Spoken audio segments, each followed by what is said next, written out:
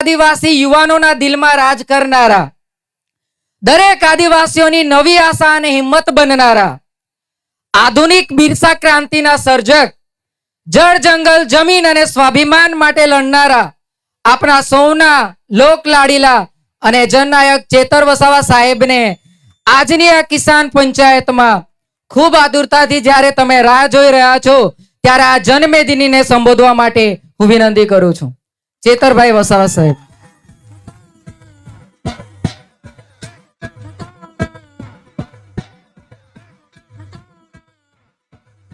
જય આદિવાસી, જય જોહાર. અરે ભાઈ બોલતા નથી, ભૂખ લાગી છે કે શું? થાકી ગયા? અહીંયા ભાજપના મંત્રી અને એમના ધારાસભ્ય સાંસદના માણસો પણ છે. વિડીયો બનાવશે અને બતાવશે ત્યારે નારા તો બધા કોઈ બોલતા નહોતા એવું થશે, એટલે નારા બધાએ જોરથી બોલવાના છે. તૈયાર છો? હું જય જવાન બોલાવીશ, તમારે જય કિસાન બોલાવવાનું છે. જય જવાન, જય જવાન, જય જવાન, ઇન્કલાબ, ઇન્કલાબ. ધન્યવાદ.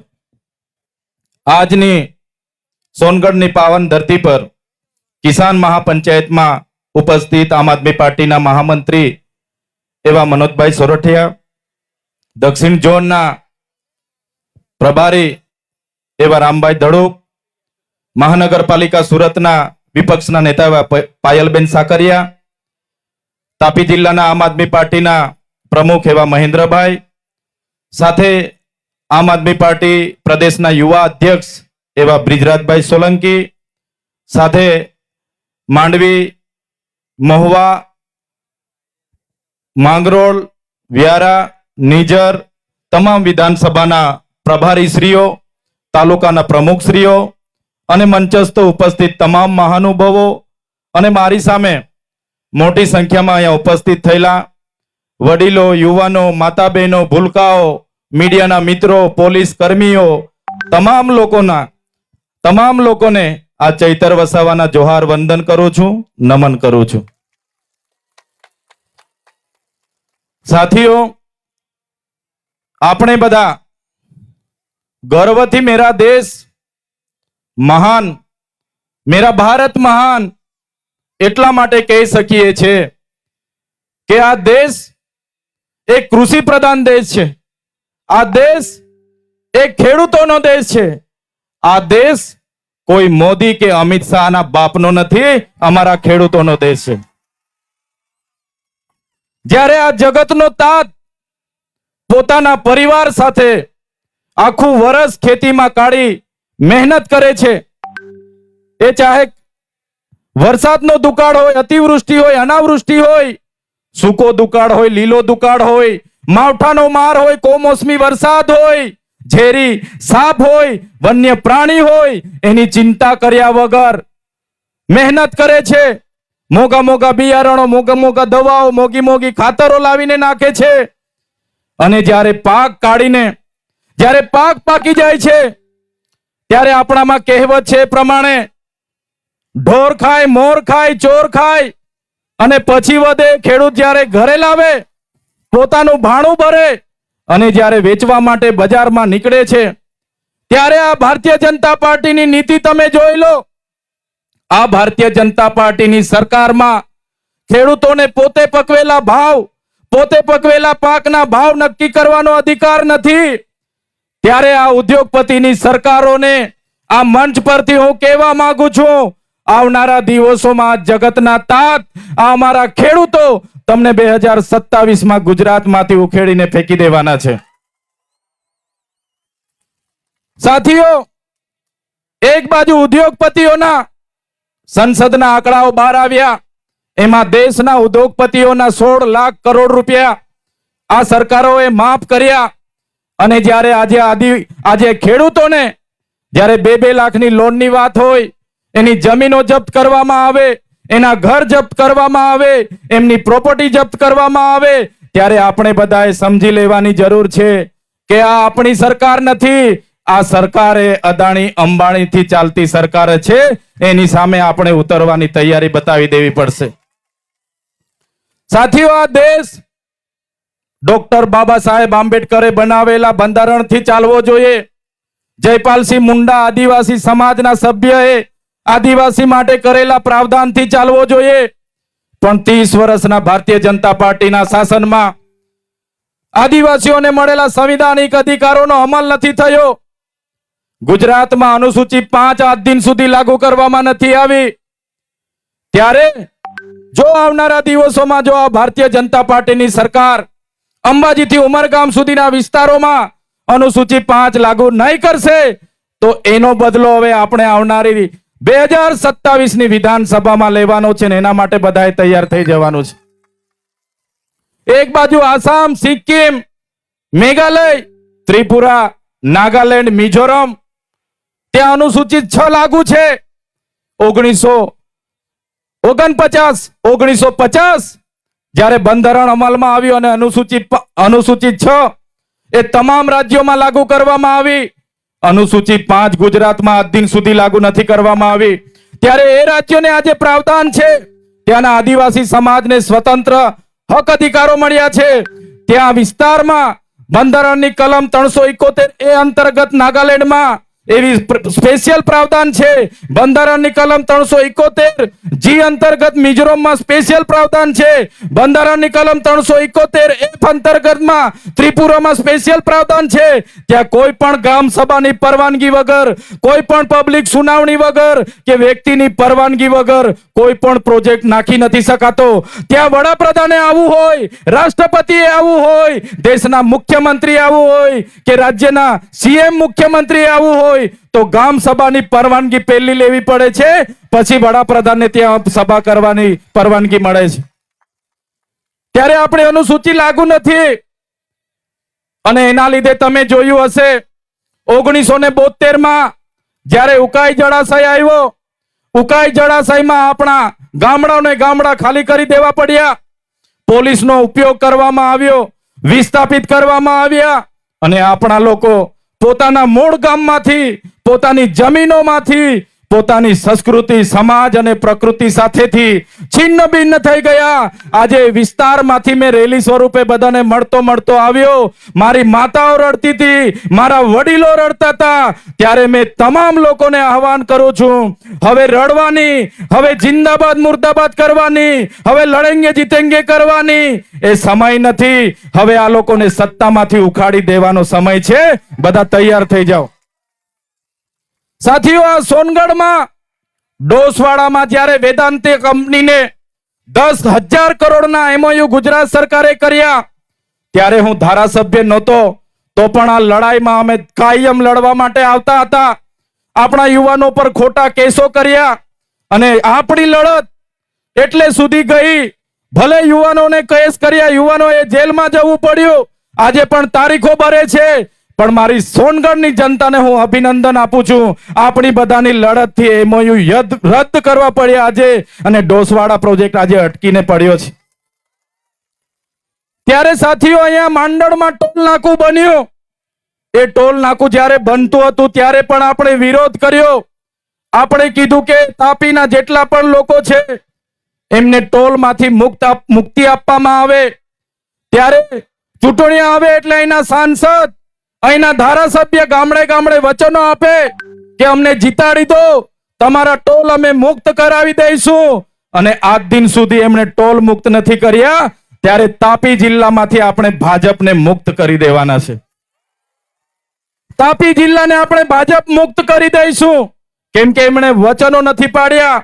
અને આજે પણ અમારો કોઈ પણ ખેડૂત શાકભાજી લઈને સુરત માર્કેટમાં જાય એની સાથે ટોલ વાળા હેરાનગતિ કરે છે.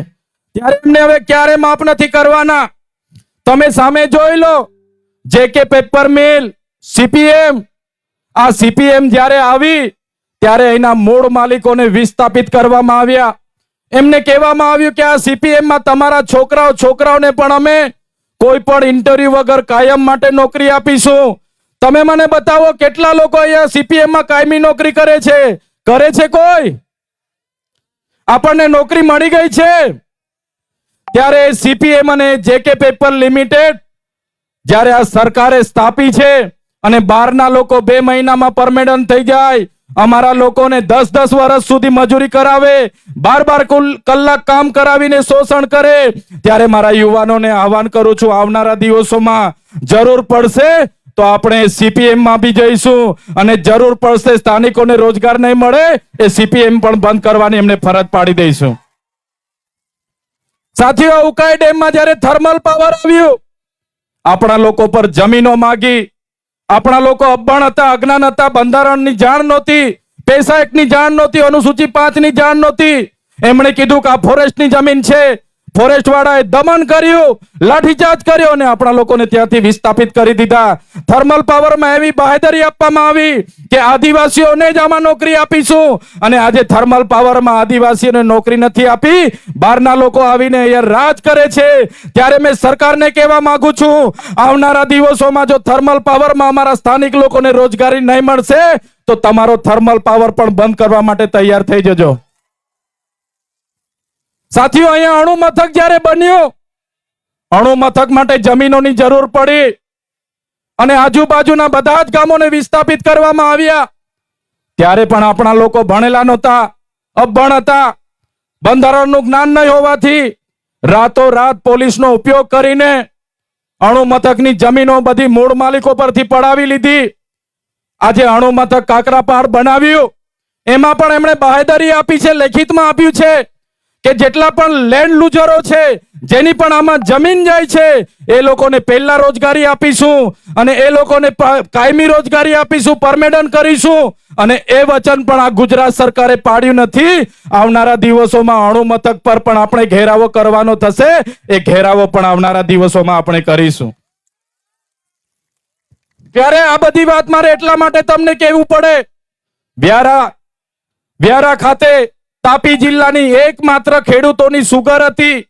એમાં આપણા આદિવાસી ખેડૂતો થોડી ઘણી શેરડી પકવતા હતા, અને એ સુગરમાં શેરડી નાખવા જાય, એ સુગરના માલિકોએ, એ સુગરના પ્રમુખ મંત્રીઓએ, ડિરેક્ટરોએ, બધા ભાજપના માણસોએ બધા પૈસા ખાઈ ગયા. આજે એ ખેડૂતોને 1 રૂપિયો મળ્યો નથી, અને એ સુગર ભાજપના પ્રદેશના એક નેતાએ બારોબાર ટેન્ડર પાડી દીધું અને મહારાષ્ટ્રના એક વ્યક્તિને એ સુગર વેચી દીધી છે.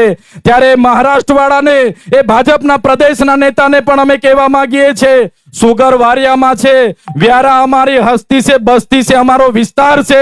જે પણ મહારાષ્ટ્રથી આવશે કે તમારો માણસ આવશે, સુગરમાં ઘૂસવા નહીં દે. અમારા ખેડૂતોની સુગર છે, અમારા ખેડૂતોની સુગર છે. આજે વ્યારામાં માત્ર એક હોસ્પિટલ, કોઈ નિઝરથી બીમાર પડે, કુકરમુંડાથી બીમાર પડે, ઉચ્છલથી બીમાર પડે, સોનગઢથી બીમાર પડે, એકમાત્ર સિવિલ હોસ્પિટલ વ્યારામાં હતી. અને આ ભાજપની સરકારે એ સિવિલ હોસ્પિટલને પીપીપી મોડલના ધારાધોરણ મુજબ ખાનગી કંપનીને આપવાના એમઓયુ કરી નાખ્યા. આપણે બધાએ ખૂબ વિરોધ કર્યો, છતાં સરકારે પોલીસનો ઉપયોગ કરીને આપણી સાથે ઘર્ષણો પેદા કર્યા, અને એ હોસ્પિટલ આજે એમઓયુ કરીને પીપીપી મોડલમાં જ્યારે ટોરેન્ટોને આપી દીધી છે.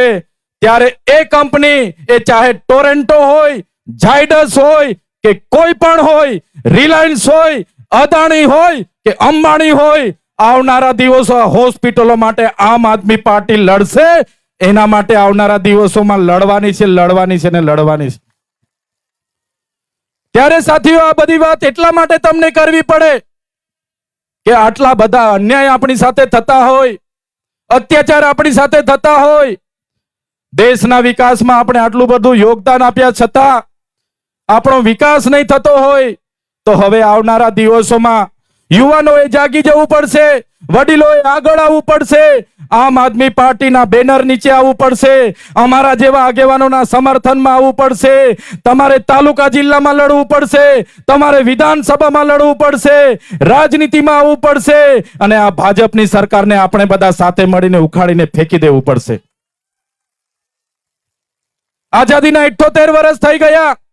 અમૃત મહોત્સવ માટે કરોડો રૂપિયાનું બ્રાન્ડિંગ કરે, ગૌરવ યાત્રાઓ કાઢે, વિકાસ મહોત્સવો કાઢે. અહીંયા શાળાઓમાં શિક્ષકો નથી, શાળાઓના ઓરડાઓ નથી, દૂધ જ્યારે આપણી મહિલાઓ ભરે એના યોગ્ય ટેકાના ભાવ નથી મળતા, ખેડૂતોને કાચા માલના ભાવ નથી મળતા. ત્યારે આ ભાજપની સરકાર માત્ર ને માત્ર ગુજરાતમાં ભય અને ભ્રમ અને ભ્રષ્ટાચારથી રાજ કરે છે. મારા સાથીઓ, મારા યુવાનો, આ લોકોની રાજનીતિને બદલવા માટે તમારે આગળ આવવું પડશે. ત્યારે સાથીઓ, આગળ મનોજભાઈએ કીધું એટલે વધારે લાંબી વાત હું દોહરાવવા નથી માંગતો, પણ જ્યારે આ સરકાર સામે અમે મનરેગાના કૌભાંડ ઉજાગર કરીએ, નલ સે જલના કૌભાંડ ઉજાગર કરીએ, જમીન સંપાદન અટકાવીએ, જળ જંગલ જમીન આદિવાસીઓના અધિકારો બચેની વાત કરીએ, સંવિધાનિક અધિકારોની વાત કરીએ, સામાજિક અધિકારોની વાત કરીએ, ત્યારે આ ભાજપની સરકારને ગમતું નથી. અમને પણ બે વખત જેલમાં નાખ્યા, દબાવવામાં આવ્યા, ડરાવવામાં આવ્યા. ત્યારે આ ભાજપની સરકારના નેતાઓને, એમની પોલીસને એવું હતું કે આ ચૈતર વસાવા ડરી જશે, પણ આ ચૈતર વસાવા ડરવા વાળા નથી, આ ચૈતર વસાવા લડવા વાળા છે. ત્યારે તમે જોયું હશે, જ્યારે મારા જામીન થયા, ભાજપ સરકારના ઇશારે એમના વકીલોએ, એમના પોલીસે ખોટા સોગંદનામા રજૂ કર્યા. એમણે કીધું કે આ ચૈતર વસાવાને અંબાજીથી ઉમરગામ સુધીના 14 જિલ્લામાં એમણે પ્રવેશબંધી ફરમાવો, લોકોને ગેરમાર્ગે દોરે છે. અને એ પ્રકારની વાહિયાત વાતો કરીને જ્યારે એમણે સોગંદનામા રજૂ કર્યા, ત્યારે મારા મત વિસ્તારમાં આજે મને પ્રવેશબંધી છે.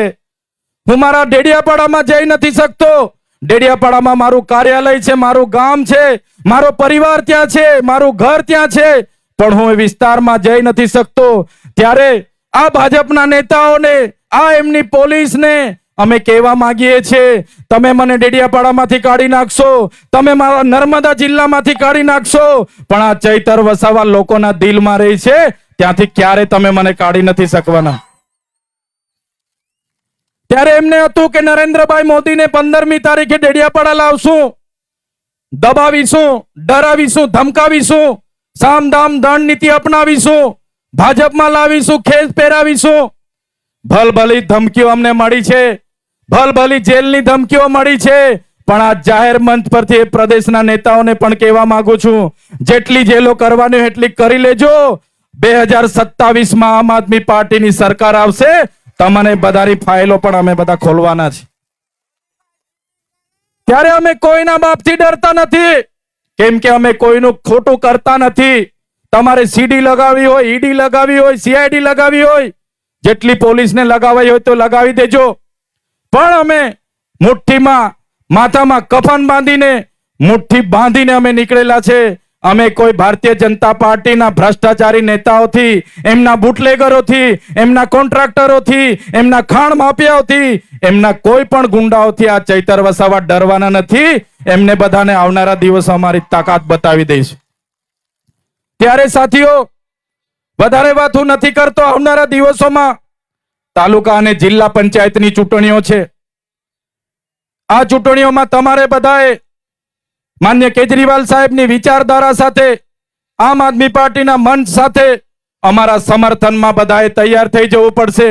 ક્યાં સુધી તમે સંબંધ અને શરમના લીધે નહીં લડશો, ક્યાં સુધી તમે રાજનીતિથી દૂર ભાગશો.